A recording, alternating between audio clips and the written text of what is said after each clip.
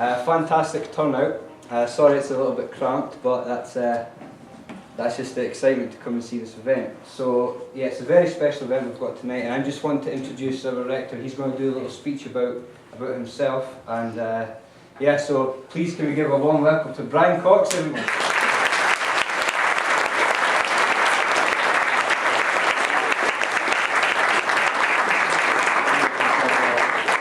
Is this working? Is it on? Yeah, we're on. Okay.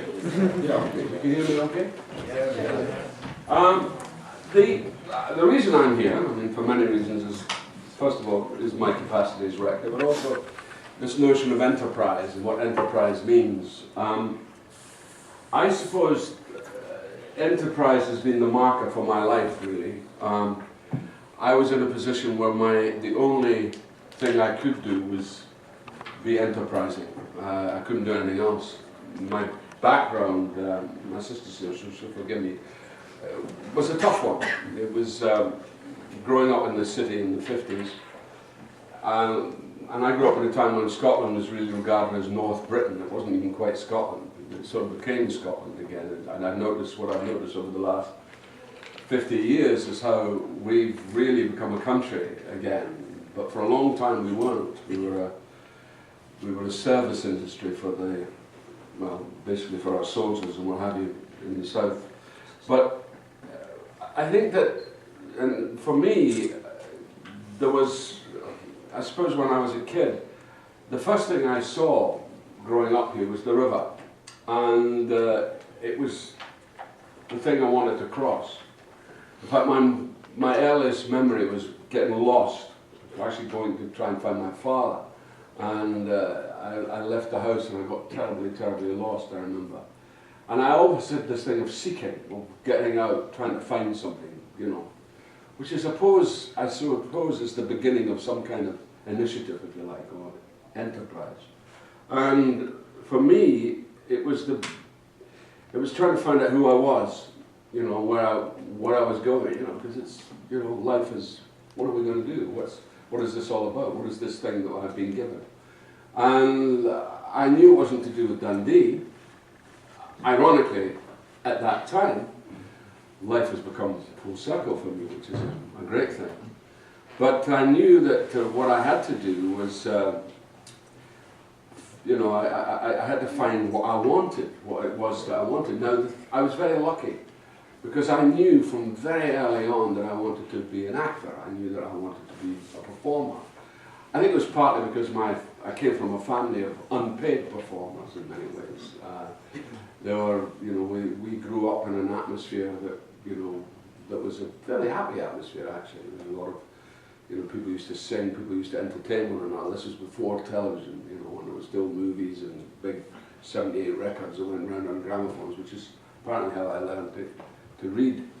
And the acting thing, I think it was the first sense I got when my dad put me up in a coal bunker and in a tenement in BRIAN COX, which is where I was born and grew up. And I started to perform. And I got comeback, immediate comeback, and affirmation. And I think, this is good, clearly. Wow, this is what I want to pursue. So I was very lucky. You know, I'm luckier, I think, than most, because I was able, at a very early age, to get a vision of what I wanted to do with my life. I mean, I didn't know how to go about it. I didn't know where to start. I had not a clue. But I knew that there was this kind of imperative with me, and probably a sense of enterprise, that I wanted to do something, I wanted to be something, I wanted to go somewhere. And, you know, circumstances weren't particularly good for that, because my father died when I was 8. My mother was institutionalized for a lot of my time. My sister who's here tonight really took care of me, and if it wasn't for my sister, I don't think I'd be here today, quite honestly. The family structure was still quite strong, and it enabled me to go on and continue. And when my school was a total disaster. I mean, it was great. It was great when it was in the early days, when I was at my primary school, and I was taught by the Maris brothers, first of all, and they were fantastic. They were a lay order, of Catholic brothers, and they taught. My school was St Mary's Fallbank, which is just off the Fallbank Road, and our church was Lady of Victories. We actually we lived in the parish of St Patrick's, but we went to school. And my family all went to school at St Mary's Fallbank, and I went there. And it was great until really the mid-50s, and it sort of coincided with my father's death, that suddenly all these housing schemes were built, and then they started to dismantle the centre of the town, and people who had lived in communities for long periods of time quite closely to one another were suddenly sent off to live up in Linlathen and Fintry and all these schemes which didn't exist in the early 50s. And it was the first time, apart from the sense of loss of my parents, I lost a loss of my friends, because they were all gone, they were all going, they were all put in areas, and suddenly having just assembled, lost one world, which was my family world, that my own school world was kind of broken apart. And it kind of left me with a sense of loss, really, that I felt alienated. I felt, where am I, who am I, what's going to happen, who's going to take care of me. I actually once wrote a letter to my sister when I was a wee boy, not this sister, the youngest of three sisters that I had. And she was only 19, and she was taking care of me. My mum was in a hospital, and I wrote this thing on a Catholic Mass card, where I was obviously clearly very frustrated, and I was only about 9. So the message was, Irene, I'm not going to go any more messages for you, because you don't look after me. And instead of writing properly, I wrote probably, which was a mistake. And I always felt that I was probably not looked after. It's up for debate. In fact, I realised much later that I was very much looked after, but there was a sense of alienation and a sense of feeling out of time with everything. And of course it affected my schooling, because I had no parents to really, to help me through schooling, so that didn't work. And my only thing was my ability to talk, was my ability to actually go for messages, funnily enough. And there was a guy who came into the school. We lost the Maris brothers, which was a great sadness to me, because they were wonderful men. They really were tremendous, great teachers. And we lost them. They went off to the schemes. And there was a teacher came in, I think he was called Mr. Robertson, he was called. And he knew that I had a gift of the gab. So he would send me for errands. I would go for messages. And I would go down to Largs in Castle Street. In Castle Street. And I would go there, and I would actually just go off, and I would be off all day doing stuff. And it usually was getting styluses for old-fashioned gramophones. And I had an ability to go and sort of say, I'd like an XY763 stylus, please. And that was quite a skill, sort of a communicating skill. But my schooling was disastrous, and I failed my 11 plus. And basically, probably because I was going messages most of the time, I wasn't. So I ended up going to a secondary modern school called St Michael's Junior Secondary, which they are now tearing down. It was the Dundee City College for a while, and it was up in Graham Street, up the Clubbington Road. And I was there for 3 years, and there was a couple of teachers who kind of sort of looked out for me, and they knew that I was this misfitted child that wasn't really fitting into the usual pattern of things. And quite clearly I was, quite verbal, but I didn't fit into any of the sort of scholastic things. I couldn't do any of the, I just wasn't, I was talented, but I was very untidy. Still am, but I was terribly untidy. So as a result, I left school literally just before my 15th birthday. But again, fortune and enterprise played a great sort of role in my life, because there was a guy who was a teacher called Bill Bueller, and he knew that there was a boy working at the Dundee Rep. And in those days, the Dundee Rep were in Nicholl Street, just off Pell Street. This is the old Dundee Rep, going way back in the early 1960s, 1961 to be precise. And I went up for this job that this boy who had been at my school like 4 years before had got at the rep, and he did what he did was he used to go to the bank and he would put the posters up on the rep, and he was a messenger boy basically. He was a general factotum. And this job came up, and I went down, and my first day of going into the theatre, I walked in, and there was a fight going on. I mean, it was kind of shocking to me, because I imagined the theatre, and I only started going to the theatre just a few months before, but there was this fight going on, and it was one of the actors who was fighting with the stage manager, and they were really knocking hell out of one another, and I thought, this is very odd, this is a theatre. And as I walked up the stairs, I was trying to get past these two guys who were punching each other out. And I thought, this is strange, this is when I'm going to go from, this is my career, this is what I'm going to do. And as I got to the top of the stairs and past these two, literally, they were avoiding them and trying to get up the stair. And I got to the top of the stairs, and there's this guy there standing with a cigarette, and he said, "Hello, darling," he said. This man just called me darling. How bizarre. He said, "You're lost," and I said, "No, I'm come here for an interview." And he said, "Well, you want the front of the theatre." He said, "You come in the back of the theatre." He said, "But it's all right, you can come this way." So he took me through the stage area, and of course, it was my first real introduction of backstage, and I just thought I had died and gone to heaven. You know, this was where I should be, and I immediately felt, wow, you know, it was like a huge weight. You know, after 15 years of in my life, I just suddenly thought, wow, this is it. Got the job, because of my gift of the gab, and I started taking money to the bank, and that was how I started. And then there came a time when I realized, because I had a really strong Dundonian accent, and that you could cut with a knife, you know, Ken, hi Ken.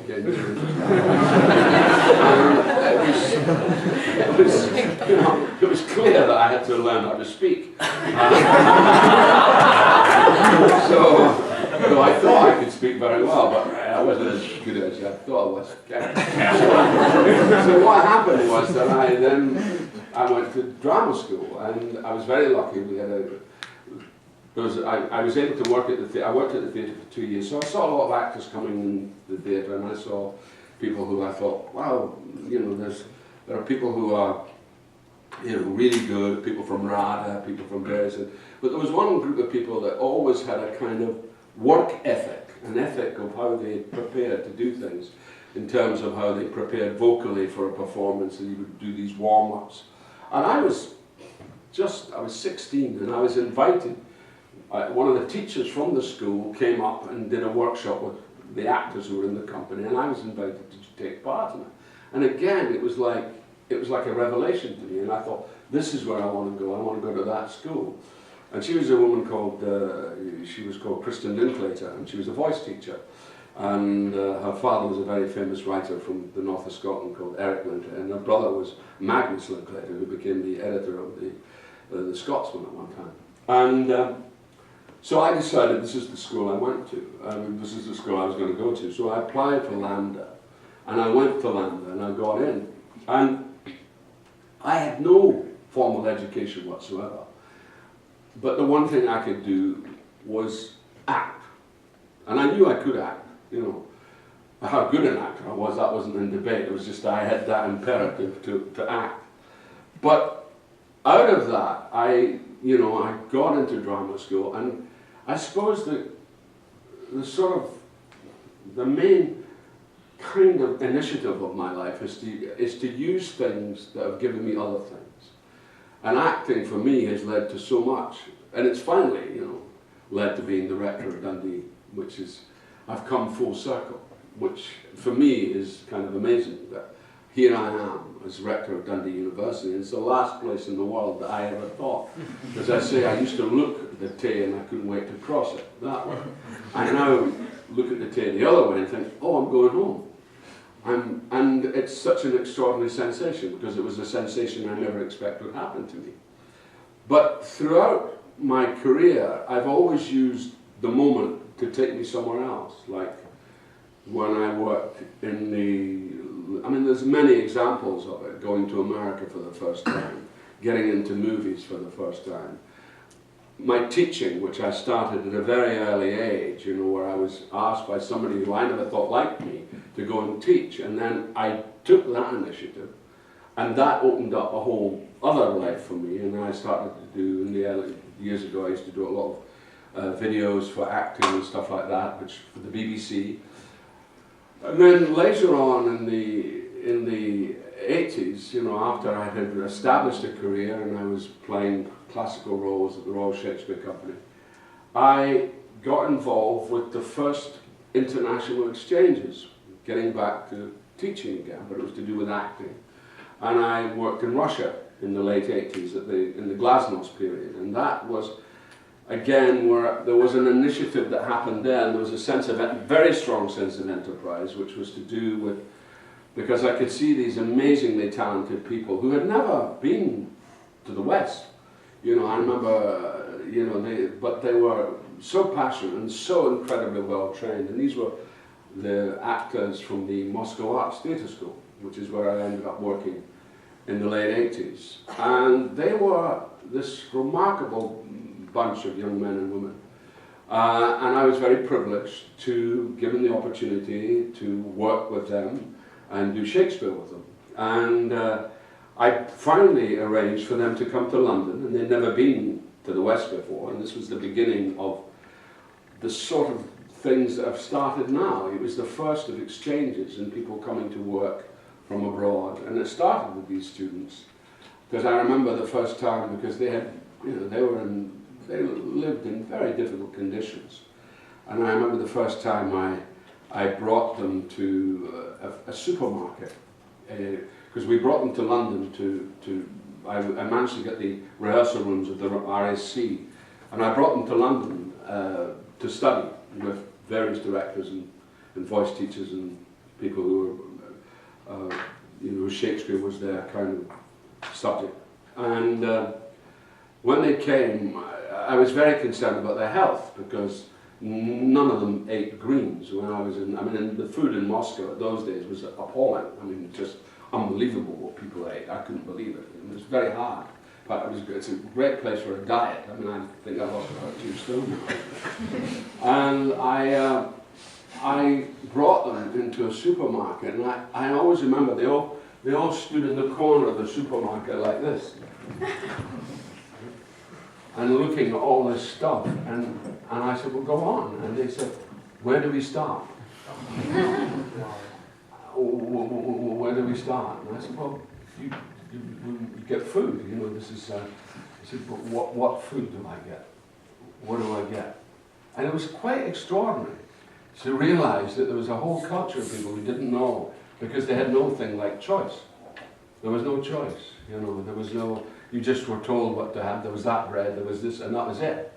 And I said, well, I'm going to leave you now, and hopefully you'll, when I come back, you'll have gathered something. So I came back, and they had moved to the and they were standing in the other corner, and they had a tray, a trolley, and they had beer and cigarettes. So it was a kind of, you know, it was wonderful in those days, because of, again, it makes me very sad what's happened consequently, particularly in Russia, because there was a real sense of change which never quite came to fruition in the way that I hoped it would happen. And but it was such an important thing to be part of, and it was such an important thing to bring students into the world and give them opportunities to see something that wasn't used, what they were used to. Except we had this common language, and the great thing about theatre is it is a common language. It's a language that, you know, people used to say that a lie is a lie in every language. And you can tell it. You can tell it in acting, I can tell it. So I could watch performances in a language I don't understand, but you can understand the emotional energy that is created on that stage and is created with all the performers. And it was that essence which was something that was really important to me. And I remember once this young Russian actress, she was actually Moldavian, and I remember she was telling me about seeing seeing British actors, and I said, so what do you think? She said, oh, it's all very good. It's very good, but you know, they're very, you know, they're very correct. I said, really? She said, oh yes, it's very correct. She said, and this was, and I'll never forget this phrase. She said, but they never dive to the bottom of their souls. And I just thought, wow, that's an extraordinary concept, that this girl could recognize something which was technically very good, but the fact is that to do what I do, and she was right, you've got to dive to the bottom of your soul. You've got to get down there and, you know, and feel it and experience it. And of course they had that in abundance, but their situation was a very difficult one. It's not difficult like that now, because quite a lot of them are very rich, those kids that I worked with all those years ago. But again, it was this sense of what my job had allowed me to do. And going back to this whole notion of enterprise, it, you know, and what I love about Dundee, particularly Dundee, and particularly what the enterprise gym represents, is the fact that it's the jumping off point. It's the point with which you can create initiative, that anything is possible, you know. It's what you make of it. It's why I feel, as rector, I think it's always sad when people feel lost. You know, nobody should feel lost here, because there's so much opportunity. And it's certainly the opportunity that I got, that I was given, that I grabbed at with everything that I could grab. And it's kind of brought me to where I am now. And it kind of, ironically, it's brought me full circle. It's brought me back to Dundee. But it's been such an amazing learning curve, and such a vital learning curve, that it's taught me a lot about being a man, it's taught me a lot about living in a society, it's taught me a lot about my politics, it's taught me about a lot of what I believe in. But it's all come back to my work, and what my work is, the doors that it's opened for me. And I think that's what enterprise is. Enterprise is something that can allow you to think, I want to do this. And you do it. You do it. You know, you know, it's taking your dream and realizing it, making your dream alive, giving it a concrete sensibility. You know, and for me, anything's possible. And that's why I get so excited when I meet all you guys, because I think anything's possible for you. You know, and the problem is you should never feel that nothing is possible, because it's just, you know, it does go back to the thing of I think, therefore I am. And it's I feel, therefore I am. So therefore what I can do is what I can do. And this is a wonderful place to do it. I think that it's great for Dundee, and it's great for you that you are in Dundee, because there's something about this city. Because I've always felt that Dundee is, you know, Dundee is a city that's been through a really difficult history. Any Dundonians will tell you about it, you know, who are in the room. But they call it the city of discovery. I prefer to think of it as the city of survival. It teaches you how to survive. I know it's a funny thing, but it's true. You know, I learned how to survive. And surviving is, you know, everybody thinks, well, that's a little funny notion, just surviving. But there's a lot in surviving, you know. Because it means if you can survive, you can deal with any difficulty. Anything that anybody throws at you, you're able to say, okay, I will deal with that. I will find the positive way of making that work on my behalf. I will find a way to convert that into some kind of different energy. And that's why the opportunity here is tremendous. And that's why I'm very glad to be here, and I'm very glad to be your rector. Thank you.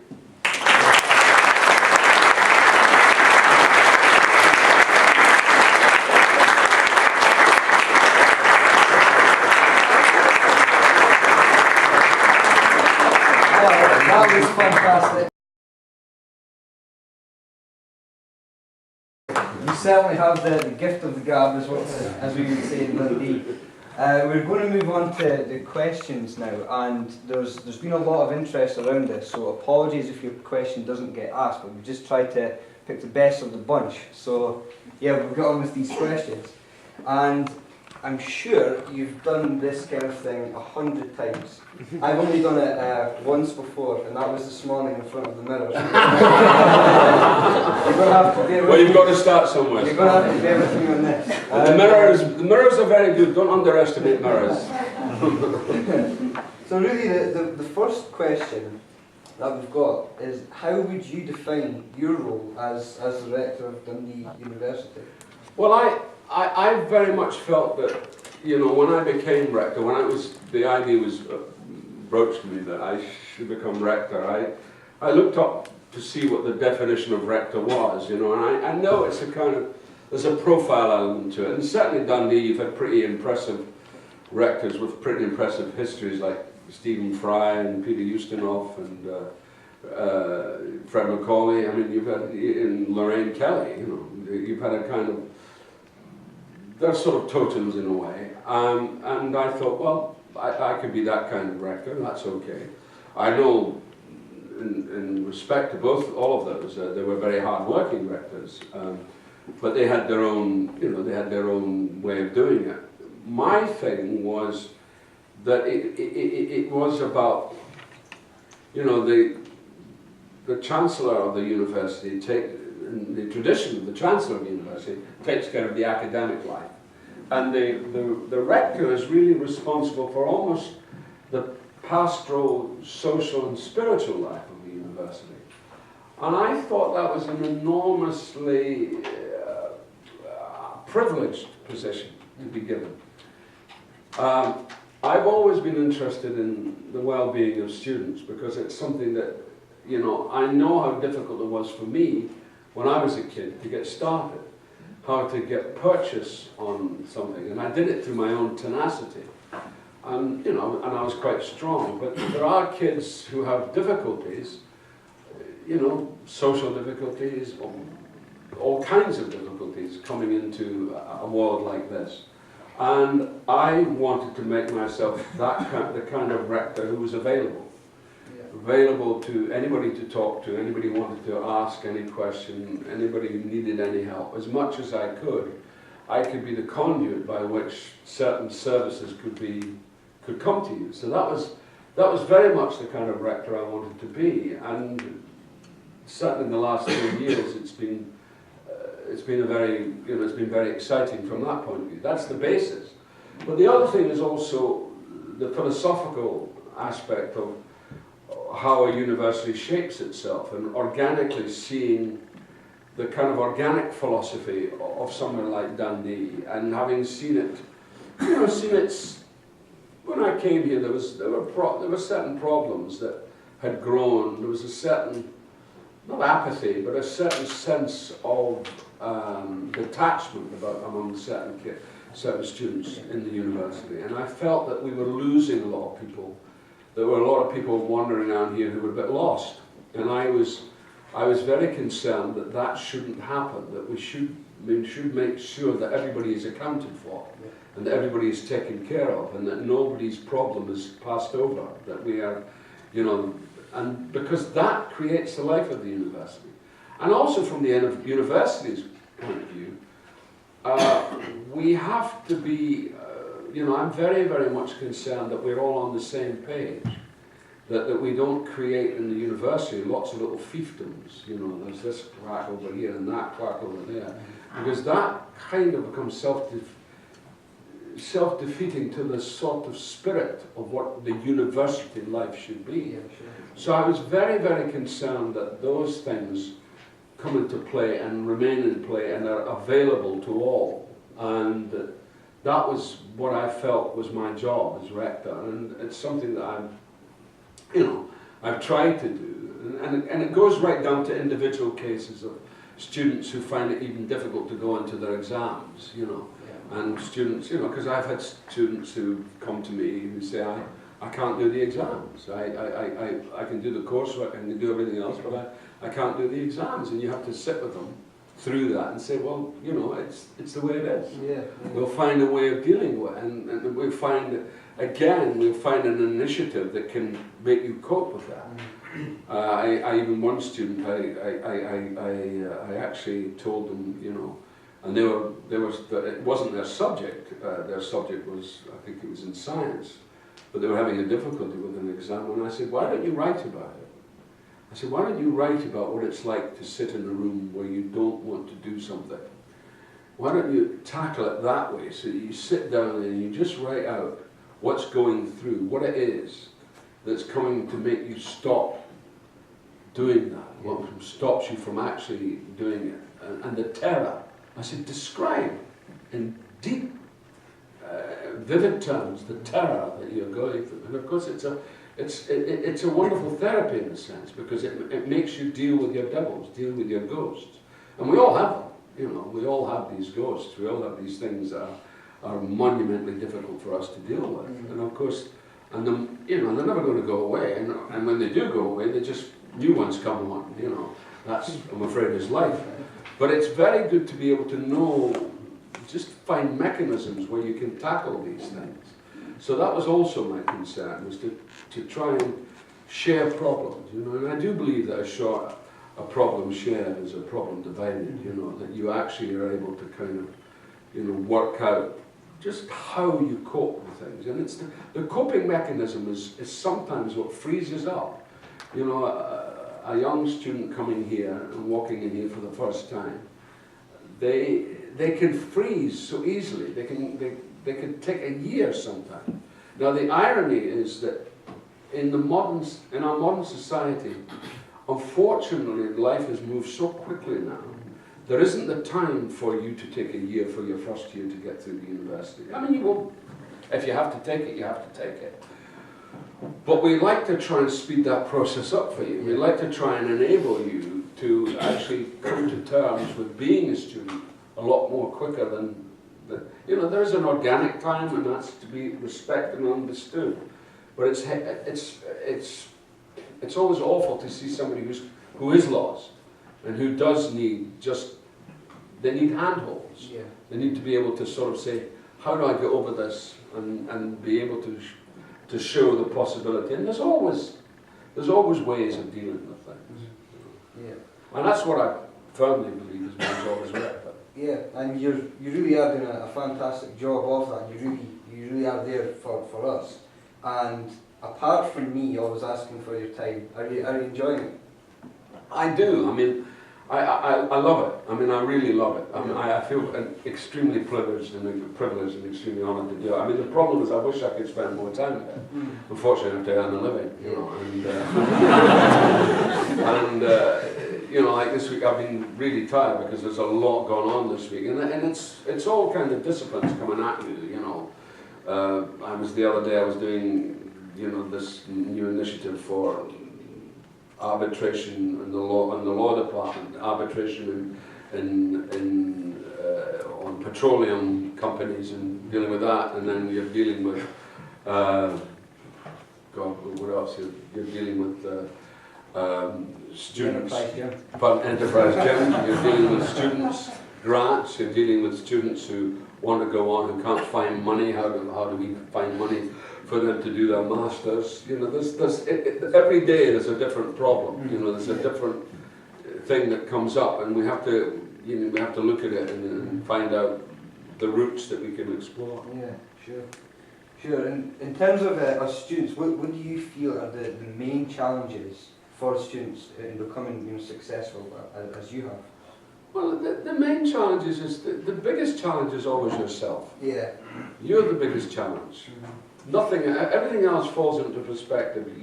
The one you have to deal with, you know, I remember one time when I was going through a very bad time in my life. You know, and you can't avoid them. That'll happen. And I remember I was in a hotel in Bucharest, and I went into the bathroom, and I looked in the mirror, and I thought, oh, this is the thing I've been trying to get away from. You know, and I realized you can't get away from it. It's you. You know, you've got to.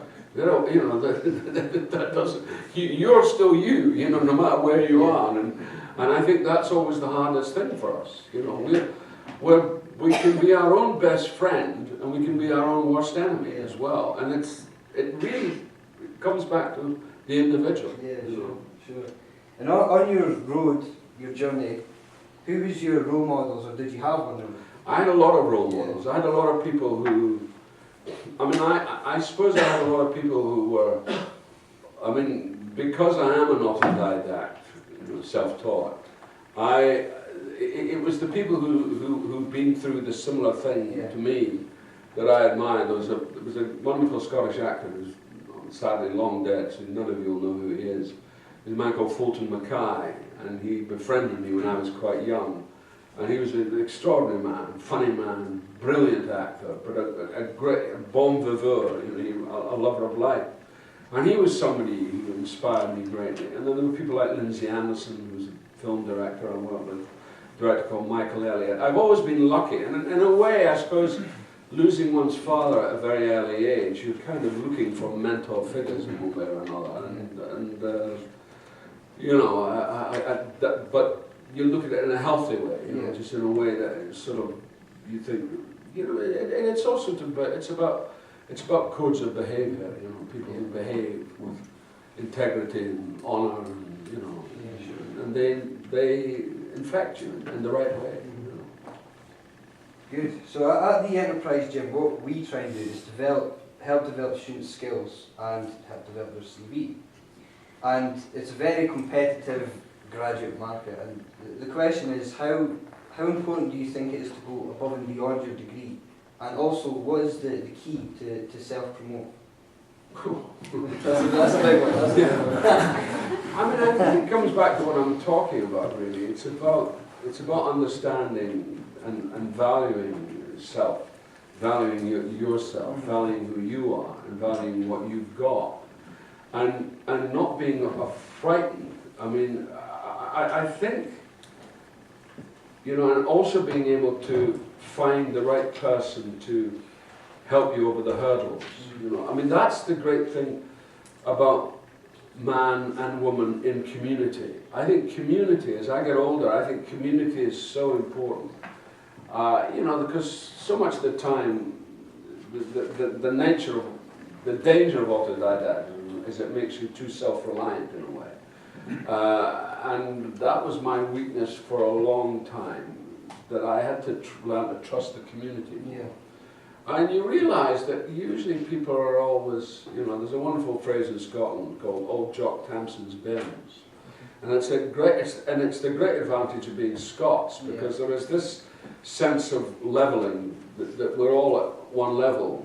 You know, it can be taken to mean, you know, tall poppy syndrome, that you don't want to get too big-headed about yourself or anything like that. But at the same time, there's a sense of community is what I think really helps being part of. If you feel part of a community, it's very important. And for something like the Enterprise Gym, I think that's you know, that's the most important element, is to feel that this, you know, this is about potential and about realizing potential, but you can do it through a community, through working within that community. Yeah, sure. And I've found that, you know, certainly when I've worked in theatre companies, and I did a play recently with 5 wonderful Irish actors, which I did at the beginning of the year, and we're about to do it again. And it was the best experience I'd had, because I could put all my ego on the back burner, you know, and just get on with the work that I need to do. And it's the work. The trouble is we've got to look out for all the sort of little deceptions that are going on. And in terms of your own CV or your own possibilities, it's realizing what you want to do and finding the right means for it to realize it. You know, the kind of the route to go down, and that's the difficulty. And once you find that route, then following it through, you know, really following it through and not letting up on it. You know? Sure. And it's what, you know, it is competitive now out there for graduates. It's a very competitive market, but it's a sense of not losing perspective, but at the same time keeping to the line, you know, knowing where you're going, knowing where you're heading. And it doesn't have to be a hard thing, it can be quite soft, it can be quite yielding, But at the same time, don't ever lose a sense of that's where I'm heading. Yeah. You know? I mean, I did that quite early on. You know, I knew that I had to learn to do my job. And that's the most important thing. The most important thing is to learn to do your job. Don't worry about, you know, this wonderful man said, Brian, he said, when I was very young, I was very ambitious. He said, don't worry about being a star. He said, just be a good actor. And it was the best advice he ever gave me, because it was about doing my job well.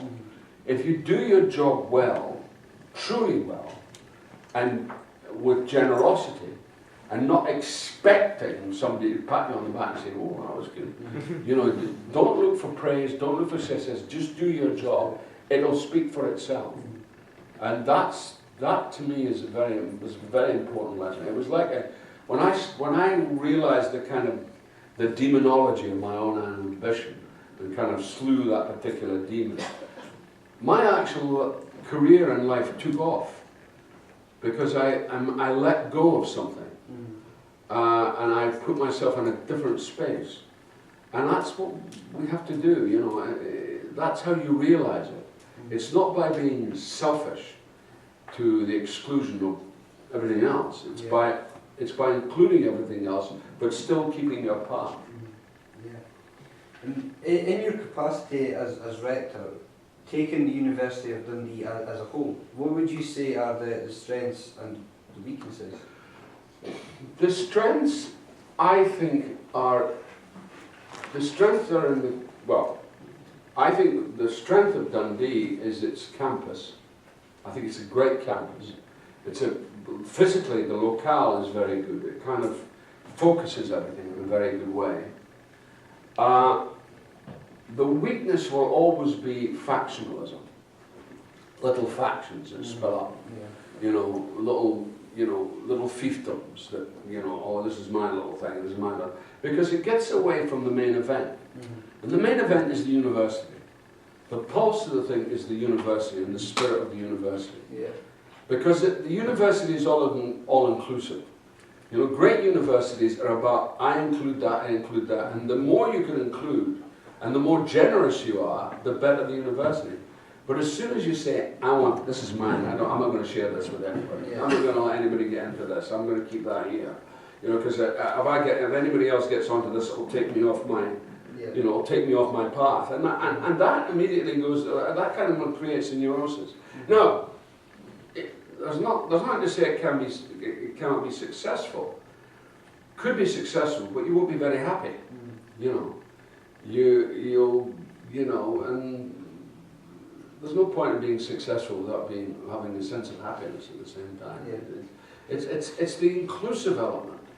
It's, you know, and I think that the difficulty of this university is to, as each department gets stronger and gets better, and each discipline gets stronger and better, it's to allow the discipline to go.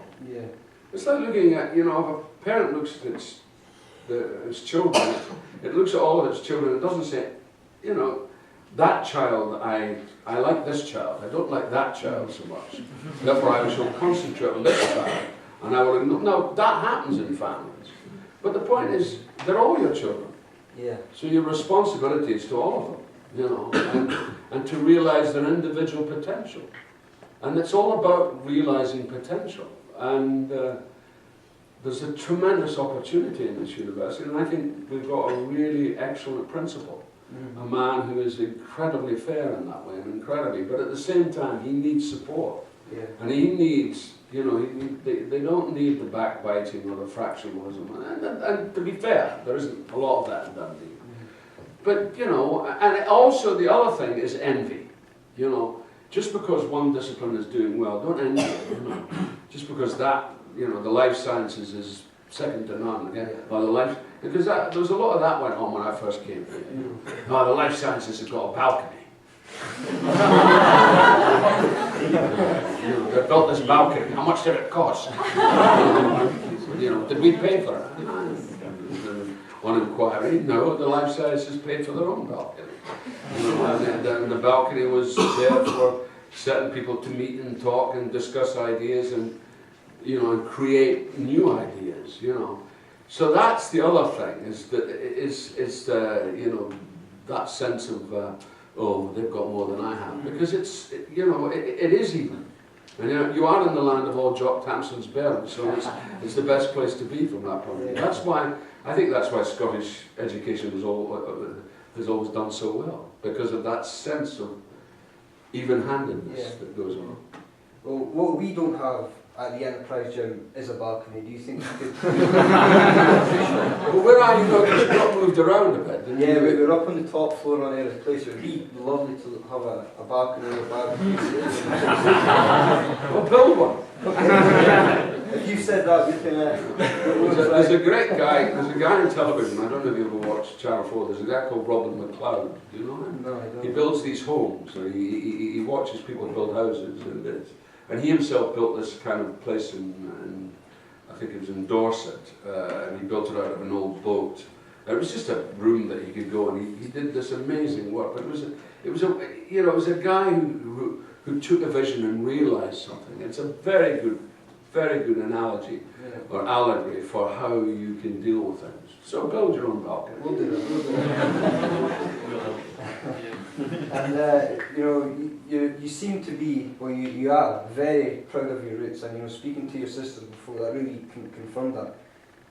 Is this something you feel being proud of your roots is very important, and you know, has it kept you humble throughout your success? Well, I don't know about being humble. I mean, I think my roots are my roots. You know, the DNA is the DNA. Where you come from is who you are. You know, I mean. We arrived, we ended up in Dundee. We didn't start that way. I mean, our ancestors came from somewhere else, as all ancestors have.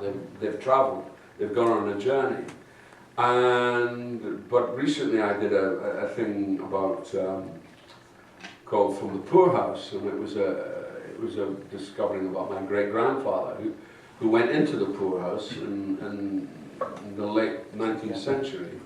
And he went in with his 6-year-old boy, having lost 5 of his 8 children, and having lost his wife at the age of 36, and he was only, I think he was 39 when he went in. And, you know, that, and they were Irish, and the kind of level of poverty, and it was in the West, it was in Glasgow. So, you know, when you got that in your DNA, and you have to acknowledge it, you know, you have to acknowledge that that's who you are, that your family has been through these struggles. So you've got to say, God, how lucky I am to be where I am. You know, and I think of what my forefathers went through. You know, and I think it behooves anybody to say, look, I'm here in this university, how did I get here? When everything mitigated against it. And I think that this is, to me, the miracle of life, you know, you know, but, you know, I am proud of Dundee because it was, you know, on my mother's side, my grandfather came to Dundee from Glasgow to find sanctuary, and he did. And there was something about it, I think it's to do with, personally, I think it's to do with the light. And you've got more light in Dundee than you've got on the west coast of Scotland at the start. You know, so there is something about the light in Dundee, especially in the summer. And I, you know, because people used to talk about the rain, and I thought, well, there wasn't a lot of rain when I was a kid. There was a bit of rain, but it was, what I remember most was light. So I feel very lucky. And that's something that I always feel, especially in the long summer days, you know, and even actually in the fall, those long shadows at the end of the day. I just feel that sense of that's where I'm from. You know, that's what nurtured me in the early days. You know, you know, being put out of my pram, no doubt, with the dwindling light. You know, 10 o'clock at night. So, other than, you know, you take off your rector hat and you take off your acting hat, outside of all of that, what's your interest? Nothing. Nothing. Well, I mean, I go to the gym. Well, I used to go to the gym a lot. I've been very bad about it. I mean, I have taken photographs, I have drawn, but I mean, it's a pretty full life, you know. I mean, my favourite thing is going to bed. I love my bed. And as I get older, I really love bed. I do. I just think, oh, I'm going to go to bed now. I'm really looking forward to my bed tonight. I'm thinking, oh, you know, it's... And I do. I mean, I'm serious. You know, I actually really do love. You know, I love going to sleep. Yeah. Yeah, and I love watching the telly and lying in the bed and watching the telly and just all going past, and moving wallpaper and then dropping off. I'm going. Great stuff. I do know that you do like whiskey. And I do like whiskey as well. Yeah. And I seen the videos that you did for Esquire. And that was really good. I encourage everyone to look at these because you have these Scottish words and you pronounce them very, very well. Yeah. And I think it was Bruchladi. Bruchladi. Yeah. I never knew how to pronounce that before I heard it. Yeah, no, neither did I. You have to remember that I'm an actor, so actors are also full of bullshit. We specialise in BS. You know. We've actually got masters in BS, PhDs or doctorates in BS. Great stuff. Well, one of my favourite whiskies is Lagavulin. So It's my favourite whiskey. Can I have a Lagavulin from you? Lagavulin. Lovely. I've actually got you a little something. Well, I'm sure it'll help you go to sleep tonight. It's not a difficult whiskey to pronounce, so I maybe should have got you something difficult, but it's a little Baldoir. All right, fine. Please enjoy that. Yes, I will. That will be my nighttime tipple. Good stuff. And we've also, as a thank you, got you an Enterprise gym.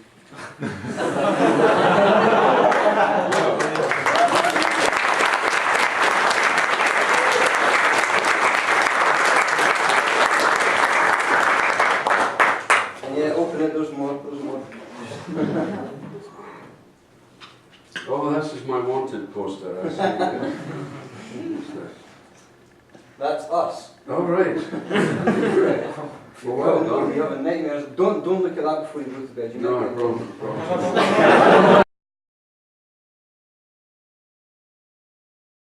So yeah, we are nearing the end of the night, and Oh, is that early? yeah, we are. We've really rushed through this. So is nobody going to ask me questions? Time flies when you're having fun. I thought somebody was going to ask me questions. Well, when I spoke to your secretary, she said we have to keep the questions closed. So that the questions that I've What was she talking about?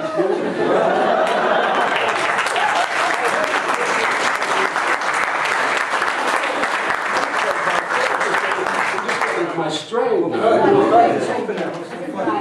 Well, Not your bedtime yet. No, it's not my bedtime. That's my sister saying it's not my bedtime. So I feel really sure. I want some questions from the floor. well, let's open up. Right. Does anyone have a question, please? Hi Brian, is there a specific time where you were especially enterprising, like maybe back in the day in Dundee with your hustling? Or Well, it's a very good question. Is there a specific time of day that I'm enterprising? Well, you know, when I was younger, there was a specific time. It's not so specific now. Well, the pros and cons, it's very weird because I get great fatigue. You know, I'm diabetic, which of course is helpful. So I do get areas of fatigue, and then I rally, like I've rallied now, you know, so I think while you've got me, flaunt me, you know. Yeah. But there are times when when I feel a bit more, you know, I'm quite good in the morning. I really am not very good in the afternoon. I mean, I get kind of sort of agitated in the afternoon. And I'm certainly not good. I mean, recently I've been doing this TV show, and I've been shooting night shoots, and I hate night shoots. I hate, because I should be in my bed. I should be in bed, you know, but filming in the middle of the night, my brain goes addled, you know, and I'm supposed to learn my lines and know my lines, and I just want to go to my bed. No, I mean, it's sort of, the morning is very good, and actually in the early evening, about this time, I'm usually quite good about now. And after about 9 o'clock, I'll be done. Yeah. I'll make sure we're finished for then. Any more questions? Here. Sorry. There. Okay. Yeah. It's my birthday today, so can I have a picture with you? When? Okay, well, I'll give you a picture afterwards, okay? I'm not going to stop you. Yes, sorry, yes, you're right. A lot gets made of what the university can do for its students, but what would you like students to do for the university? Well, I'd just like you to be conscious. I want you to be conscious. I want you to be aware. And that's a big thing. Because we spend a lot of our time in sleep. You know, just giving you the adage that, but there is a time for sleep and there's a time to be aware. And I think, I was slightly horrified with we're not going to get into a political situation here, but there's an upcoming referendum, and I don't know how many of you are, can vote or many can't vote.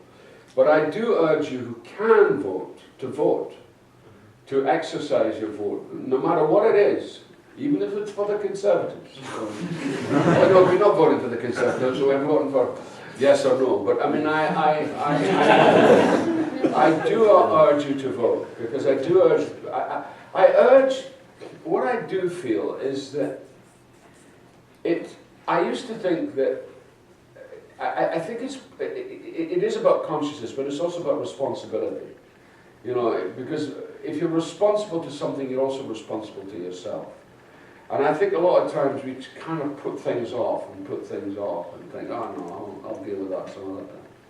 And I think it's very good to confront things as early as through circumstance. Kirk Douglas once said famously about his son, Michael Douglas, he said, poor Michael, he never had the disadvantages that I had. And there's a lot of sense in that, because your disadvantages are what makes you. And I can look at my life and say it was a difficult life, but in a way it was blessed, because it certainly gave me, my disadvantages have given me an advantage, because it's made me understand what my responsibility is, and just kept me conscious, aware. And I do think that's what's important. And it's also, you are the university. Make no mistake about it. And if the university is great, it's because that period is great, and these people are great, and these people are, and you contribute enormously, individually, to the lifeblood of this place, and to what this place means. So I do ask for awareness and consciousness, and a sense of just, with individual responsibility comes communal responsibility. Does that answer your question? Fantastic. Yeah. Do we have any more? Oh, I've got one more. One more. Let's get one. You go get your photograph. I was just going to ask you about, as a major, tougher negotiator when on the contract side, having to negotiate fees and things like that, or is that something an agent would do? Well, my agent does that, but I tend to kick ass because I need certain. I need to be able to say, I've watched too often. I've just seen people kind of be taken to the cleaners or allowed. I will not be pushed around, particularly when it comes to, as my brother used to say, the Kelly. Not be pushed around in that way. And I feel it's, that. I do believe in the fact that you're a professional actor, you should be paid for what you do. But I also believe it throughout. I believe that people should be paid for what they do. We're bad at paying people. We really are bad at paying people. And the trouble is, there's a lot of people who have got too much money and are paid too much and have kind of manipulated things to their own advantage. But I think people should be, a deal is a deal, and I believe in that. I'll give you an example. I made a film recently. I was rather proud of myself. So this is giving me an excuse to tell a story.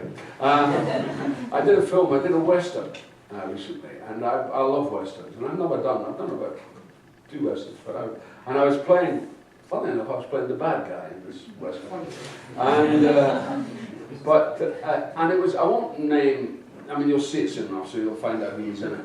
But there was a lot of what they call A-lister actors were in this Western. And it was a great cast, and it was a great director, great first assistant, and very happy crew. But there was a smell, and it was to do with the fact that the film, you know, when you make a film, you have to bond it. And by bonding a film means that you make sure that money is there before production starts. And the fact is, a film is bonded, then it's okay. But this film had not been bonded. And when I work on a movie, I get my money what they call an escrow, where they put the money in escrow, which means it's in a sort of no man's land, but the money's there. So that if anything goes wrong, I know that money's there, and I'll go to work because the money's there. Now, on this film, they hadn't put my money in escrow. And so, because I had a lot of friends involved in making the film, and as I said, because there were a lot of A-list players in it, I thought, well, that's probably going to be all right. So I flew off to do the movie, I arrived to do the movie, and I did my film, and it was, in many ways, the best job I'd done for years. I loved it, because the director was wonderful, the script was really good, and it was a great bunch of actors. So I had a really great time. It turned out I was going to be the first to be finished on the film. But on the last day of my, as it were, contract, I hadn't been paid. I still hadn't been paid. So, now I wouldn't have ever been able to do this when I was younger. So I gathered the director and the first assistant and the line producer, because the producers were nowhere to be seen, because they were trying to get some money, basically, for the movie. And I told them, I won't be working tomorrow. I said, I will not be, I said, I'm really sorry about this, but I'm not going to be working tomorrow. I said, because I have no leverage. If I work tomorrow and you don't pay me, I'm screwed. I said, so tomorrow I will not work. Okay? And they went, yeah, fine. I mean, and they were fine with it, because they knew that this was impending, this kind of particular sort of Damocles had been hanging over the production for a while. And because I was the first person to leave the production, they knew that this was going to happen. That somebody, I didn't know it was going to be me, as it turned out to be me. And I wasn't nervous about it, because I just clarified my position. You know, I get paid for what I do. And it's because of what I do, it makes me be able to afford to come up here for a week and say, be the rector of this university. You know, it contributes to that. It subsidizes me in a way. So, one of the leading actors actually was so embarrassed about the situation, he offered to pay my wages. And I just said, no, that's not right, you're not going to pay my wages. You know, but he was kind of embarrassed because I was the first one to leave. And he, in fairness, he has a considerable more amount of money than I have. But I just said, no, they've got to behave properly. And what had ended up was that very same actor, because it wasn't just me, it was the rest of the production as well. He then wired $2 million to the production, which allowed it to bridge itself for about 4 days until finally the money came online. And, you know. But if I hadn't done that, and then I went back to work, because I knew that I was going to get paid. But, you know, for a younger actor, it would have been difficult, because a younger actor would have been sweating, and they would have allowed themselves, they would have just rolled over and allowed it to happen, and they probably wouldn't have ended up, they would have got paid, but they probably wouldn't have got paid for about a year. Now, a younger actor can't afford that, a younger actress can't afford that, they've got to be paid. And that, I'm afraid, happens more and more in movies, particularly the smaller kind of movies which are, you know, not as big budgets, you know, movies which are, I mean, I'm not big budget, but I'm saying movies which are about $20 million, which sounds like a lot of money, but it's not for a big budget movie. I mean, a big budget movie is $100 million. So for that kind of movie, that happens a lot, because, and it's also to do with the culture that's happened in movies, that people are flying by the seat of their pants a lot of the time, you know, that the money isn't there, the investors are not, and they're looking for different investors from all over the world, you know, for these films. And in a way, there's a there's a kind of destabilization that's happened in movies. It doesn't happen in television, because television are television companies. So I'm working for the BBC at the moment, so I know that the BBC are going to pay me that piddly fee, you know. Give me my piddly per diems, you know. I mean, it's kind of a joke, but at least I know the money's going to be there, you know. And it's quite an interesting kind of dilemma, you know, but it does happen. Does that answer your question? Okay, answer your question. My question was, has there been a point in your life where your hands are so tight, like you cannot do anything, and what did you do if there was a situation like that? Well, a point in my life when my hands were tied and I couldn't do anything. I'm trying to think if there was a point like that. I think there has been. But I've always managed to resolve it in some way. Well, there's a point. I mean, that's a good example, which I've just given you. Where, you know, I thought, what am I going to do? And you've got to stand by your principle and integrity. You know, it's a much maligned word, but it's so important. And especially in an age, because we do live in a very corrupt time. Our whole banking system has shown how corrupt it all is, and how, you know, there are more and more, you know, one of the great sadnesses of life for me is that I've seen the rich get rich, but I've seen the poor get poorer. You know, I haven't seen it being equated across the board as what I felt it would. I mean, I'm a socialist, you know, and I'm proud of the fact I'm a socialist, and I believe in that. And it's one of the things that I think is, you know, but I will not put up with it. So when my hands were tied, as in this situation, I said, the only thing I've got is my labour. And I put all the stuff in the can. But that last day I said, no, I'm not going to do it. And of course they couldn't finish the film if I didn't turn up. You know, you've got to realise your strength as a performer and what strength you've got. You haven't got to exercise it, and hopefully one's not in that position to exercise that. It would be very boring if you're in that position all the time. And it happens very seldom. And it was so surprising that it happened in this situation. It should have happened in this situation, but it was because of one man's folly, who had all these A-list people together, and he thought, I've got a film. I can make the film. So he went across and he signed checks of money that he didn't have. I mean, he did get the money eventually, but the point is, get the money first. Then you can start signing the checks. You know, simple as that. I think we'll take one more question because we have a buffet outside. Oh, and are you staying for the buffet? Yes. So that's another opportunity if there's any more questions. I think we'll have one more question. There's a lot of hands going up, so take your pick. Oh, God. You had to cry. I'll give you. Okay, you had been a British theatre actor and then you went on to be an American film actor. How was the transformation? How did you cope up with Well, I still remained a British actor. Yeah. I just became acting in American films. You know. I mean, the thing is that I always wanted to do movies. I mean, we called them the pictures, and I always went to the pictures when I was very small. And it was the thing. That was the thing that got me. You know, that was the thing that really made me want to be an actor. So again, it's a long story, but we have this. We've never really had a film industry in this. It's a very interesting fact, but it's true. Films are usually produced by egalitarian cultures. France, America, Germany. They're essentially egalitarian, and they've created great cinema. Feudal cultures create good cinema, but they don't create cinema industries like England, you know. And it's much more theatre, yeah, because the theatre is the thing, you know. And sometimes it's a wee bit snobby, the theatre, and a wee bit full of itself and slightly up itself a little bit. Do you understand what that means? Yeah.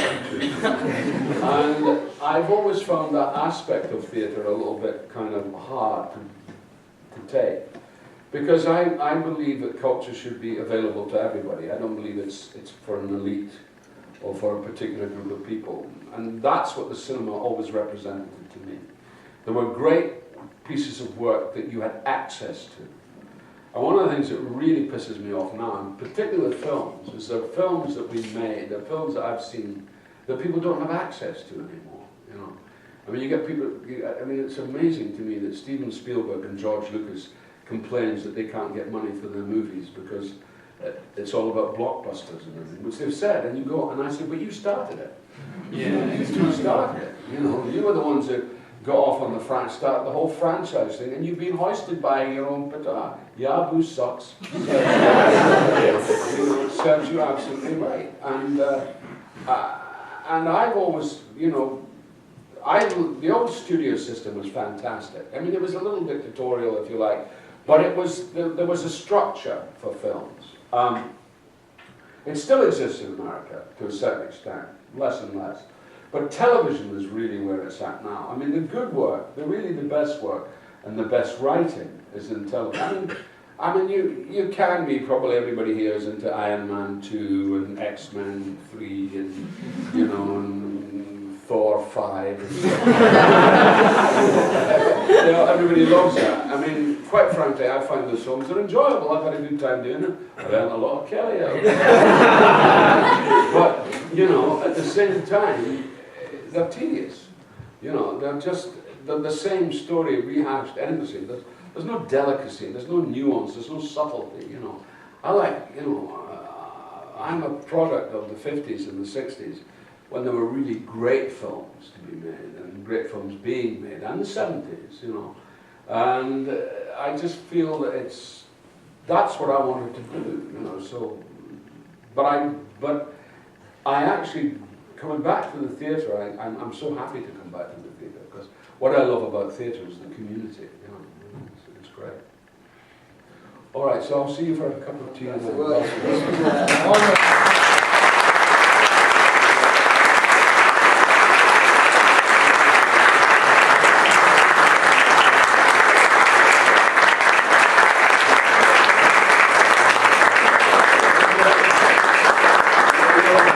a very good audience, and thank you for all coming.